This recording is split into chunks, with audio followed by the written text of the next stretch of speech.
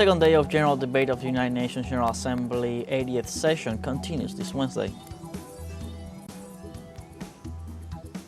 Ecuadorian National Police registered 6,020 murders in 24 homicides per day from January to August 2025. And Israel maintains a violent siege against the Sumud flotilla. In the last few hours, its crew reported more than 10 drone attacks.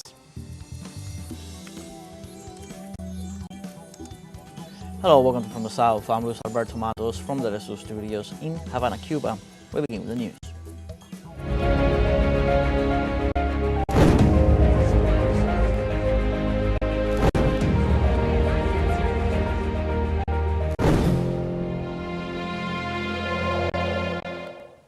This Wednesday, the 80th session of the United Nations General Assembly continues this Wednesday with its second day of general debate. With more information on everything that is happening today, we go live with our correspondent Jorge Estoso. Welcome, Jorge. Another historic day here at the United Nations. Today in the morning, the president of Iran was taking his turn and giving his speech. It was putting emphasis mostly in two issues. The first one, denouncing vividly the genocide in Gaza and denouncing that the quote-unquote international community is doing nothing to stop precisely what Israel is doing non-stop since months and months. And another thing that he mentioned is also his reaction to what they tried to portray Iran as a threat, as a dangerous country because they are developing nuclear weapons. He put special emphasis that that is not true, that there is no intention of Iran to develop that type of weapons, and also that most definitely it's a country aiming for peace and aiming for good relations with the international community. And another thing to mention is the repercussions of what President of Colombia, Gustavo Petro, has said yesterday. At the end of the day, we were hearing all along the corridors of the United Nations his words very strong, because he mentioned that, for example, regarding the desertification of the United States to Colombia in what is supposed to be the fight against narco-trafficking and narcotics and drugs, he said that basically what is going on is that the United States government is getting the information about what is going on in Colombia for the same people involved in the drugs dealing. So therefore, they want to get rid of Petro and they want to continue to traffic as they did for many, many years, he mentioned. Also, he said that there's no reason, there's no moral and legal reason why a country should certify another country. Nobody gives them that right. And of course, he says that he's going to take actions regarding the next steps. So this morning also, the number 2 speaker was the president of Ukraine, Volodymyr Zelensky, that also mentioned that the US has taken another turn, and now says President Trump, he did yesterday here, he said that now it's possible for Ukraine to regain all the territory that Russia has been taking, and also even make sort of an exclamation mark, he said, and even maybe gain even more. So he emphasizes that President Trump has changed his position regarding Ukraine. Also, the president of Argentina, Javier Milei, is in the schedule for this day, and throughout the day we're going to be sharing with you the highlights of what's going on in this second day at the United Nations. We get back to you now. Thank you, Jorge, for the latest information. Let's go very quickly in this same context live to UN headquarters to continue listening to some of the statements of the heads of states taking part in the general debate. 8 decades of the existence of the World Organization, and during that period the UN has provided a framework for dialogue, cooperation and solidarity among the nations, short of which it would not be possible to respond to the challenges of our day. Only by joint efforts we can create a future featured by security and dignity. This brings me, ladies and gentlemen, to the 5 essential principles that guide Serbia in its foreign policy vision and constitute pillars in its international actions. Number 1, the United Nations is not a relic of the past, it is a compass for the future. 80 years on, this is a moment for reflection, but also for candor. The UN should not be a stage where giants wrestle while smaller countries hold their breath. It should be a round table where every seat counts. Countries like ours, countries that belong to Global South, are too often treated as chess pieces. It's time to show that we can be conveners, innovators, and guarantors of cooperation. We may not have the loudest voice, but we often have the clearest vision, because we see both East and West at once. Our engagement with all partners does not mean blind agreement. It means respect for sovereignty, territorial integrity, and the belief that dialogue is stronger than division. Serbia is a reliable, predictable partner, but reciprocity matters. We will defend our autonomy as firmly as we defend cooperation. The United Nations Charter was not written to serve one moment in history. It was written to withstand the test of time. In a world facing deep geopolitical fractures, the United Nations Charter remains the only framework capable of holding us together.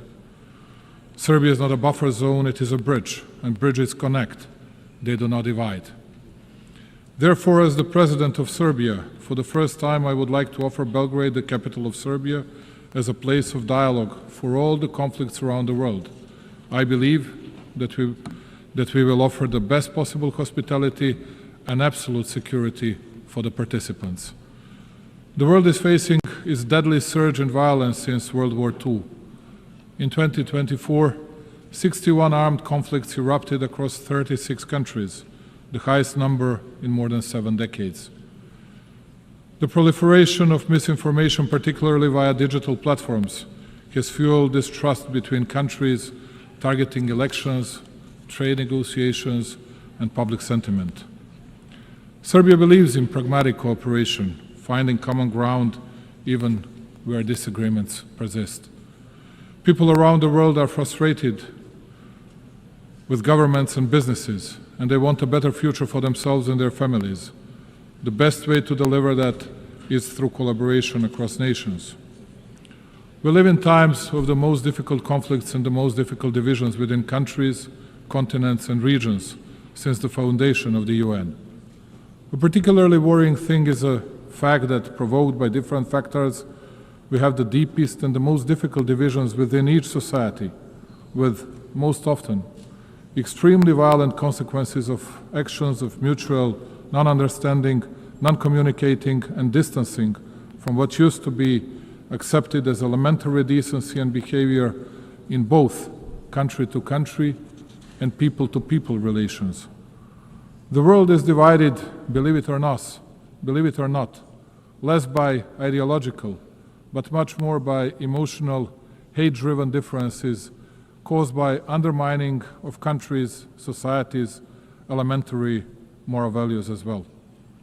In each village and hamlet worldwide, and particularly with the members of the citizens' alleged elite, at least it used to be the case, no matter who dies of natural causes, and especially if someone dies in an accident or gets killed, the biggest part of the society felt the need to pay their respect to the deceased, even those who didn't think highly of the respective person during his or her lifetime.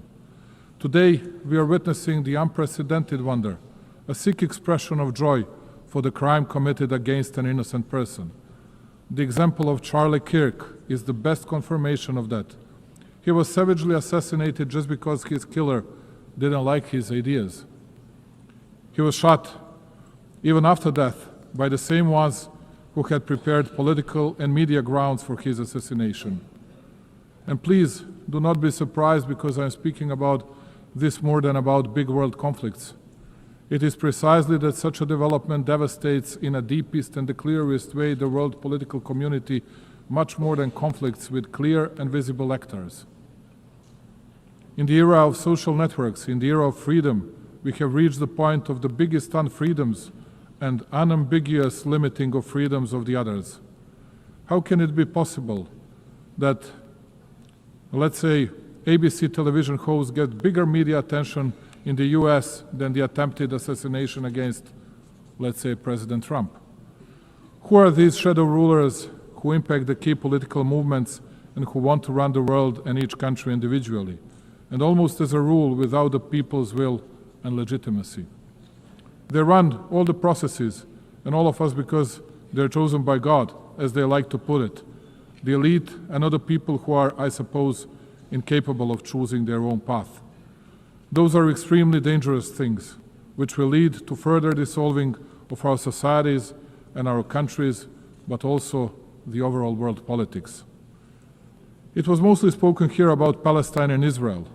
Both are our friends, and I cannot easily, because of more likes on social networks, nor I want to take sides and speak about good and bad people just because it brings us another point in daily politics.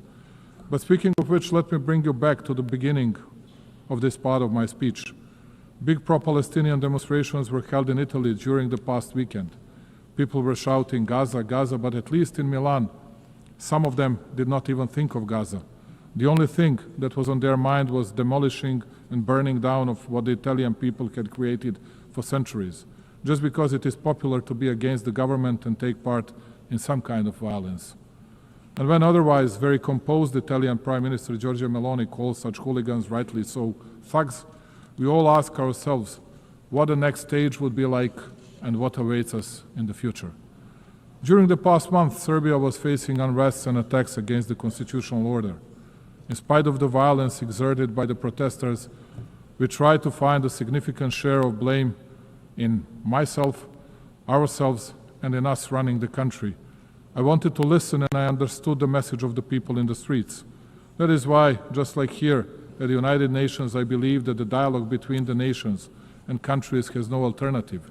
I offer dialogue and unconditioned discussion on all the topics of significance for our society to people who think differently, and I'm absolutely certain that in the upcoming period we will overcome all the difficulties from the past months. Progress on global challenges is uneven. Financing is dwindling, the UN budget is constrained, and smaller nations often lack access to the tools and support that richer countries enjoyed, particularly in the energy transition. Climate change is not just a statistic for Serbia and the Balkans, it is a lived reality marked by droughts, floods, and energy insecurity. Sustainable economic growth is essential, not optional, for climate resilience and well-being. For us, partnerships are defined by commitment, not hierarchy. We are a place where East and West collaborate on concrete projects from clean energy to infrastructure and digital transformation, when we will continue to build on this foundation. At a time when the UN seeks to inspire trust globally, these practical, results-driven partnerships strengthen confidence at home and abroad. Distinguished colleagues, alongside many other member states, especially those who do not belong among great powers, Serbia is adamant in pointing to the importance of and respect for the fundamental principles and rules of the Charter of the United Nations. Perhaps it is only too proper to repeat today what we committed to 8 decades ago. The principles and rules of the Charter are valid equally for all states, large or small, for all political powers or levels of development. With a feeling of deep pride, my country continues to commit to a consistent implementation of international norms, notwithstanding the fact that it too is facing a lack of fairness and double standards. In words and deeds, and on a number of occasions, Serbia has recommitted to respecting the sovereignty and territorial integrity of all UN member states, the fundamental principles of the Charter.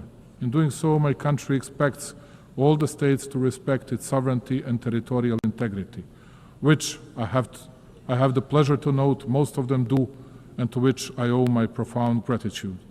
After all, as I said on many previous occasions, the respect of the Charter of the UN is not a matter of choice. Rather than that, it is a universal and binding obligation of us all. Number two, territorial integrity is not a principle measured by power. It is the measure that restrains power. If the principle of territorial integrity is applied selectively, it ceases to apply at all. Its violation in one place becomes justification for conflict everywhere. Undermining it does not create exceptions. Rather, like in the case of Serbia, it creates precedents, dangerous ones. Serbia is well aware of the price paid in disregard of international law and multilateralism. 26 years ago, my country fell prey to a brutal aggression by NATO. It opened a Pandora box of sorts whereby the very postulates of international law were unscrupulously undermined and the principle of territorial integrity brought into question. The consequences of such actions of those who consider themselves untouchable at the time are felt today as well. Even though small in respect of global powers, Serbia is not deterred from commitment to the principles of international law. We firmly believe that they should be respected in every situation, without exception and selectivity. As a persistent drop can shape stones over time, so does our perseverance in defending universal norms help assert their durability. Serbia will continue advocating those principles, as the observance of the respective is the only reliable way to peace and stability. This rostrum and this occasion are the best opportunity to reiterate that my country will never forget its history, its people, its sanctities. Kosovo and Metohija is an inseparable part of Serbia, the main pillar of its identity, culture, and spiritual heritage. For us Serbs, it is not only a piece of land, it is the cradle of our spirituality and our existence on that land over centuries. Our concern is not only moral and historical, it is humane too. It is with a heavy heart that I advise of the dramatic circumstances in which the Serbs of Kosovo live today. Day in, day out, they are denied basic human rights, the right to life, freedom of movement, the right to education and health protection, access to workplace and property. They live in isolation, basic foods and medicines are in short supply, while children grow up in a fear and uncertainty. Their situation is not only local by nature, it touches upon the conscience of the entire international community and is a test of its readiness to fend for the innocent and helpless. We witness ethnic violence suffered by the Serbs almost every day. It is frightening in size and scope. The Serbs are physically attacked, intimidated, arrested unlawfully, their property is confiscated and their rights to language, education, and cultural expression limited. The Serbs are often discriminated against, too. The practice sets the stage to make life in Serbian communities more difficult as they are denied basic services, taxed exorbitantly, and erected hurdles and obstacles too. This is aimed at creating fear and pressure and by extension change the demographic picture and force the Serbs to flee Kosovo and Metohija. Serbia therefore calls on the international community to take concrete and resolute measures to stop the violence in order to ensure security and rights of all peoples in Kosovo and Metohija. Compassion is not good enough. We need deeds and protection mechanisms. Notwithstanding the continuous, open and obvious violations of UN Security Council Resolution 1244, Serbia continues to believe in dialogue under the European Union auspices. It has no alternative, and if true and committed, it is the only way to a just and sustainable solution in line with international law and with full respect for mutual obligations. Just as in the past, my country will continue to fight for peace, patiently, emphatically, and in good faith. Number 3, the Balkans must not be a stage for the ambitions of others, but a space for shared responsibility. 30 years after the conflict, stability has become our highest value. The nations of the Balkans deserve the right to shape their future free from external patronage through cooperation, mutual respect, and regional ownership.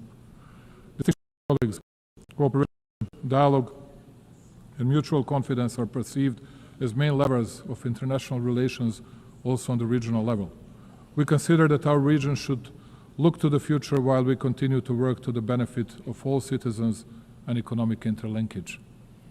To paraphrase Indira Gandhi, who once said that one cannot shake hands with a clenched fist, let me say that Serbia will keep its hand extended, the hand reaching over divisions and borders, devoted to stability and prosperity for all those who strive for a positive agenda and a vision of common European future. The stability of our region is of paramount importance for us.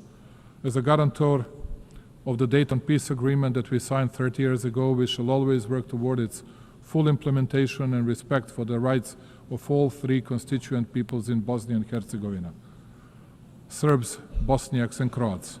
Unilateral acts and the abuse of authority contrary to the letter of the agreement are not conducive to peace and bring about new tensions. Only by the agreement of Bosnia and Herzegovina's people and entities can the stability and functioning of that country be guaranteed.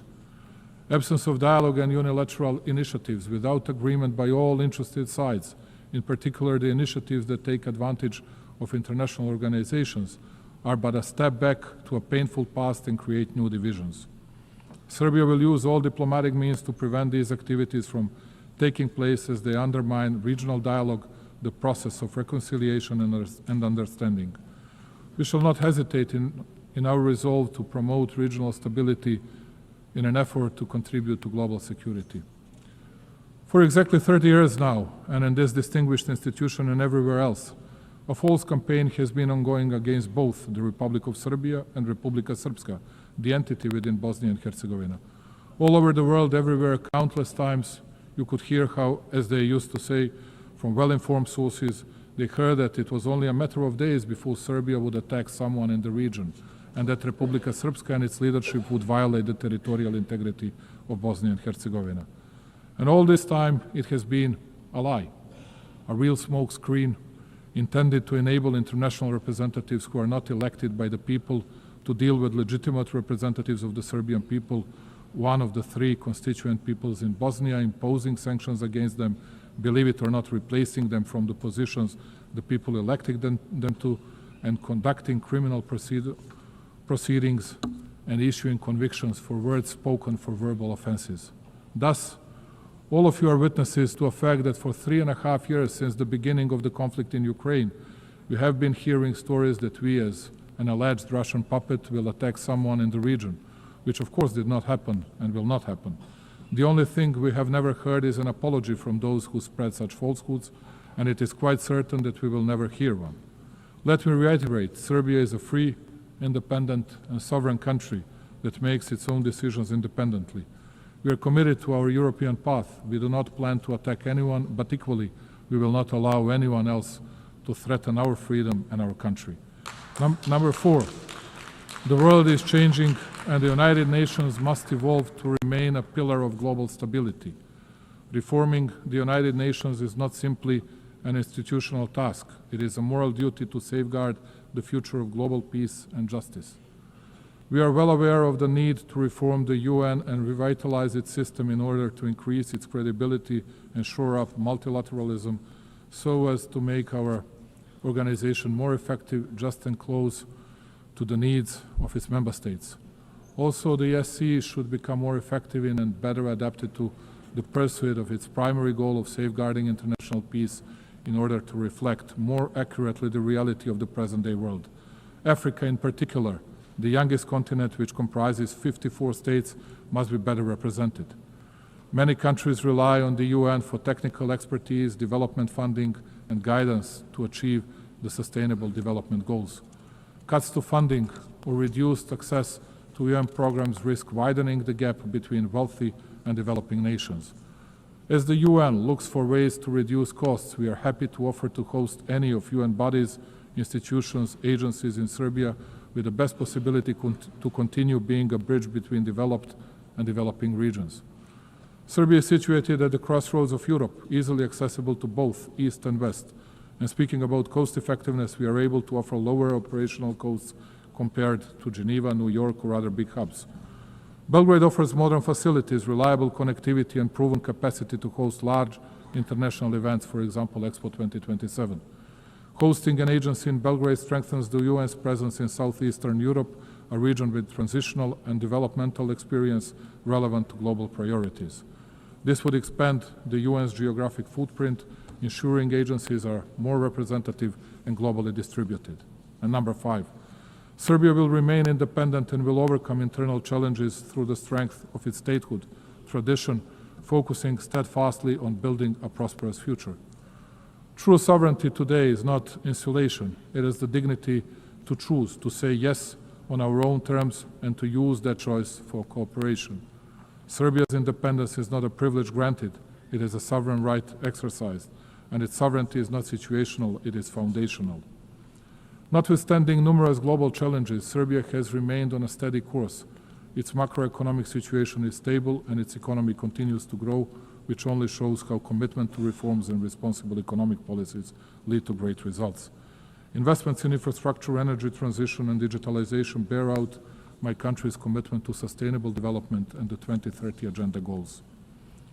Let me take a moment, ladies and gentlemen, to inform you that in 2027, Serbia will host the specialized exhibition Expo 2027 with a motto, Play for Humanity, Sport and Music for All. This event will provide an opportunity for my country to show to the world the strength of our culture, sport and creativity as a universal language that transcends differences. This will be a moment in which, along with its partners, Serbia will build bridges of friendship and togetherness, promote understanding and open new horizons of cooperation. Serbia's way is the way of development, progress and prosperity, and it is fully committed to becoming a full-fledged member of the European Union. This commitment, though, makes us no less devoted to promoting and deepening cooperation with countries from other parts of the world, maintaining and cherishing all along our traditional friendships and relations of trust in the East. Strengthening overall bilateral relations with key actors of the international community and with our European partners tops our agenda. Also, Serbia has raised in the past several years the level of cooperation with numerous countries in Africa, Asia and Latin America, and played in that way a respectable role on the global stage. I trust and believe that we can count on mutual respect and the traditional bonds of friendship with these countries in our future relations.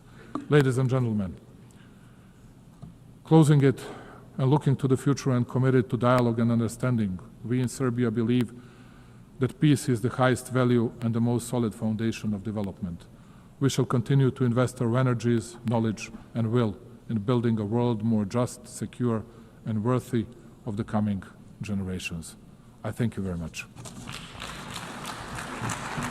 On behalf of the Assembly, I wish to thank the President of the Republic of Serbia. Well, as we continue to follow up on the statements of several heads of states at the UN, we're going to stay tuned. We listen right now to the President of Serbia addressing different topics that are in the key agenda of this high-level week. But for now, let's put an end to this news brief. You can find this and many other stories on our website at telesurenglish.net.